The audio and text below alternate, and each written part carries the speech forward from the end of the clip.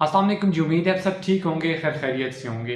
अच्छा, आज की इस वीडियो में यूएस से विजिट वीज़ा की कंप्लीट डिटेल्स आपसे शेयर करूंगा। एम्बेसी फ़ी, अपॉइंटमेंट फ़ी, आपने DS 160 का जो फॉर्म होता है वो कैसे फिलिंग करनी है, और डॉक्यूमेंट्स कौन से रिक्वायर्ड हैं, कौन से लोग इसमें एलिजिबल होते हैं, अप्लाई कर सकते हैं। Complete details each and everything आज की इस वीडियो में मैं आपसे शेयर करूंगा। सो मेक श्योर आपने करना है कि वीडियो को एटलीस्ट उतना ज़रूर वॉच कर लीजिएगा ताकि आप लोगों की रहनुमाई हो सके, क्योंकि आप लोगों के लिए ही ये वीडियो बना रहा हूँ ताकि आप लोगों की रहनुमाई हो सके। और अगर आप किसी एजेंट से, कंसल्टेंट से अप्लाई नहीं करवाना चाहते, जिस तरह हम खुद अप्लाई करते हैं और उसके बावजूद भी ये वीडियो बना रहे हैं ताकि आप लोगों की रहनुमाई हो सके, जो लोग नहीं करवा सकते वो खुद ही घर बैठे अप्लाई कर लें, इसमें कोई इशू नहीं है। बाकी सिंपली ये होता है कि अगर आप किसी बंदे से अप्लाई करवाते हैं, जिस तरह अगर हम खुद अप्लाई करते हैं, तो डेफिनेटली एक प्रोफेशन होता है हर बंदे का, ठीक है। तो वो प्रोफेशनली आपके डॉक्यूमेंट्स को तैयार किया जाता है और उसके बाद फिर अप्लाई किया जाता है, तो उसमें मैक्सिमम चांसेस होते हैं। बट एक ऐसा बंदा, जिस तरह अगर आप खुद अप्लाई करते हैं तो आपने मतलब फर्स्ट टाइम अप्लाई करना होता है, तो उसमें कोई ऐसे कह रहे हैं कि ड्रॉबैक्स अगर आप छोड़ देते हैं तो उसमें वीज़ा रिफ्यूज़ होने के चांसेस ज़्यादा होते हैं। बस एक ये इशू था, बाकी आप खुद अप्लाई करना चाहें तो कर सकते हैं, इशू नहीं है, ठीक है। तो सबसे पहले इसमें जो डॉक्यूमेंट्स रिक्वायर्ड होते हैं वो बताता चलूँ। अमेरिका का वीज़ा जो है वो ऐसा वीज़ा है कि उसमें हर बंदा अप्लाई कर सकता है। वो क्यों? क्योंकि उसमें डॉक्यूमेंट्स लाइक जिसमें आपकी बैंक स्टेटमेंट है और आपके जॉब बिज़नेस के डॉक्यूमेंट्स है, ये रिक्वायर्ड नहीं होते।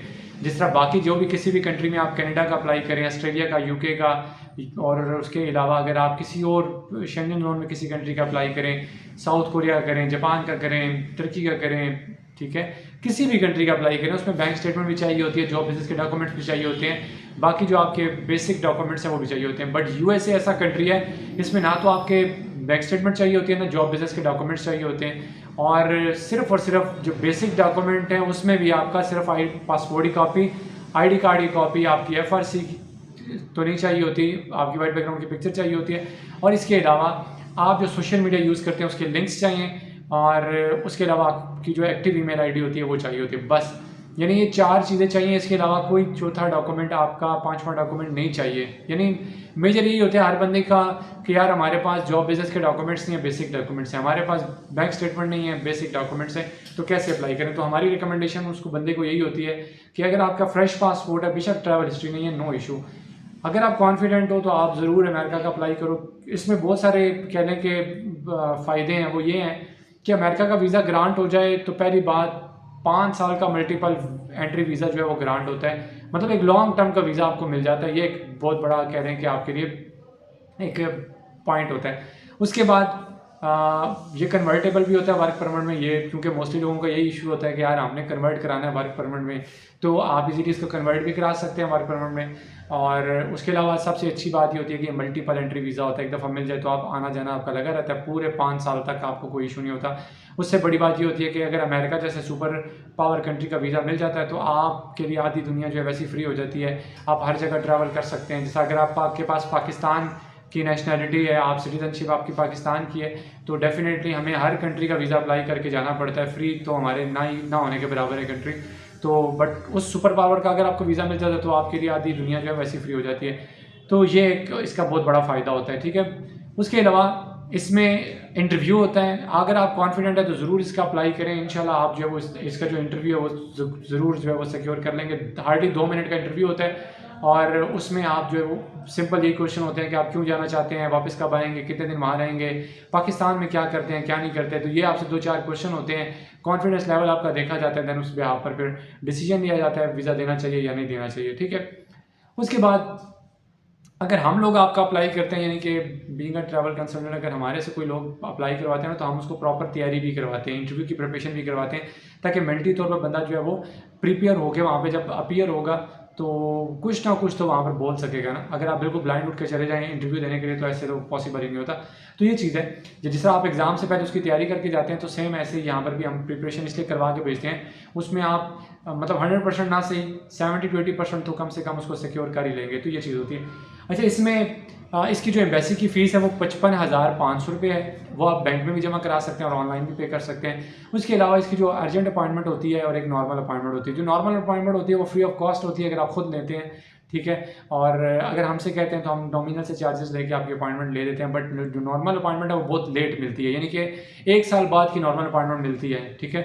और जबकि अर्जेंट अपॉइंटमेंट होती है मिनिमम 2 और मैक्सिमम 4 मंथ्स के अंदर अंदर आपको मिल जाती है, बट वो वेंडर्स के थ्रू अगर आप परचेज़ करें तो करना चाहें तो कर सकते हैं। अगर आप खुद लेना चाहें तो उसके लिए आपको रात को बैठना पड़ता है और उसमें आप जो है वो अपॉइंटमेंट पिक करते हैं। तो ये इसका सिनेरियो है। फिर उसके बाद आगे चलें तो इसका एक ही फॉर्म होता है जिसका नाम DS 160 फॉर्म है, और इसका जो कैटेगरी है B1 B2 होती है, यानी कि बिजनेस प्लस टूरिज्म वीज़ा होता है। तो इसका जो ये फॉर्म होता है ना DS 160 फॉर्म, इसको जस्ट आपने फिल करना होता है, कंप्लीट फॉर्म फिल करते हैं, इसकी सबमिशन करवाते हैं। सबमिशन के टाइम पर एम्बेसी फीस जो मैंने आपको बताई है 55,500 है, वो पे करते हैं। पे करने के बाद फिर ID इसकी जनरेट होती है, देन आप जो है वो इसकी अपॉइंटमेंट के लिए जो है उसको ट्रैक करते हैं। अपॉइंटमेंट जैसी अगर आपके मिल जाती है, आज की मिली कल की मिली, मतलब एक कराची में कॉन्सुलेट है और इस्लामाबाद में हमारे यहाँ पर इसकी एम्बेसी है, तो आप जहाँ कभी अपॉइंटमेंट लेते हैं वहाँ जाकर आप इंटरव्यू देते हैं। और इंटरव्यू मैंने आपको पहले बताया कि 2 मिनट का इंटरव्यू, हार्डली 2 मिनट का ही होता है, तो आप इंटरव्यू सिक्योर कर लेते हैं तो आपका वीज़ा जो है वो स्टैम्प हो जाता है। तो ये इसका कंप्लीट जो है वो मैंने आपको प्रोसेस बता दिया। बट ये है कि अगर आप DS 160 फॉर्म जब फिल करते हैं ना, तो उसके साथ साथ आपको एक तो होटल बुकिंग जो रिजर्व होती है वो चाहिए होती है, जस्ट होल्ड करनी होती है, कंफर्म नहीं करनी। उसके अलावा आपकी जो टिकट है वो भी रिजर्व करनी होती है, कंफर्म नहीं करनी, होल्ड करनी है। तो वो भी अगर आप खुद कर सकते हैं तो वेल एंड गुड। वैसे मैंने होटल बुकिंग तो एगोडा की भी, booking.com की भी, उसकी भी कंप्लीट वीडियोस अपलोड की हुई हैं, लिंक आपको डिस्क्रिप्शन में मिल जाएंगे, वहाँ से आप इजीली उसको वॉच भी कर सकते हैं और आप घर बैठे खुद भी बुकिंग करवा सकते हैं। हमारे थ्रू करवाएंगे तो डेफिनेटली हम नॉमिनल चार्जेस लेते हैं और उसके बाद आपकी बुकिंग या फिर टिकट की बुकिंग है वो भी हम करके दे देते हैं। बाकी डिस्क्रिप्शन बॉक्स में मेरे तमाम लिंक्स आपको मिल जाएंगे, इंस्टाग्राम का, फेसबुक पेज का, टिकटॉक अकाउंट का, सेकंड यूट्यूब चैनल का, वेबसाइट का, मेरे व्हाट्सएप चैनल का, मतलब सारे लिंक्स मिल जाएंगे। आप इजीली कांटेक्ट करके अपनी जो कोई क्यूरी है वो भी डिस्कस कर सकते हैं, ठीक है। कोई इन्फॉर्मेशन, गाइडेंस, सजेशन लेना चाहें वो भी ले सकते हैं, कोई इशू नहीं है। या फिर अगर वीज़ा प्रोसेस करवाना चाहें किसी भी कंट्री का तो वो भी प्रोसेस करवा सकते हैं, कोई मसला नहीं है। तो ये कंप्लीट डिटेल्स मैंने आपसे USA विजिट वीज़ा की शेयर कर दी हैं, आप कैसे अप्लाई कर सकते हैं। और बाकी रही बात कि DS 160 फॉर्म आप कैसे फिल कर सकते हैं, टोटल 7 to 8 पेजेस होते हैं।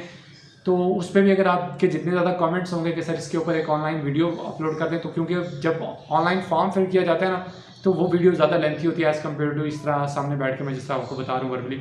तो अगर आप कहेंगे तो इंशाल्लाह जितने ज़्यादा कमेंट्स होंगे उसके अकॉर्डिंगली मैं एक वीडियो सेपरेट बना दूंगा कि DS 160 फॉर्म को एक प्रोफेशनली अगर आप फिल करना चाहें तो कैसे कर सकते हैं। घर बैठे आप डेफिनेटली जब मैं आपको वीडियो बना दूंगा तो देन घर बैठे आप खुद ही फॉर्म फिल करके सबमिशन करवा सकते हैं और अपना इंटरव्यू शेड्यूल कर सकते हैं और जाकर आप अपना इंटरव्यू देकर और जो भी सक्सेस है वो ले सकते हैं। तो एक बहुत ही मतलब आसान मैं समझता हूँ ये मेथड है, कोई इतना मुश्किल भी नहीं होता।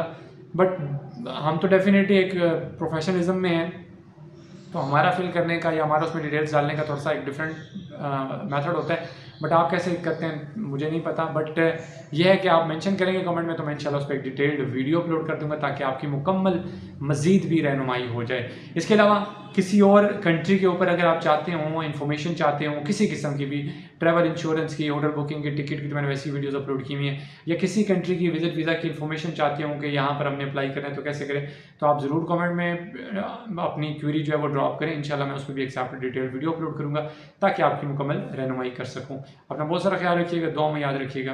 अल्लाह हाफिज़।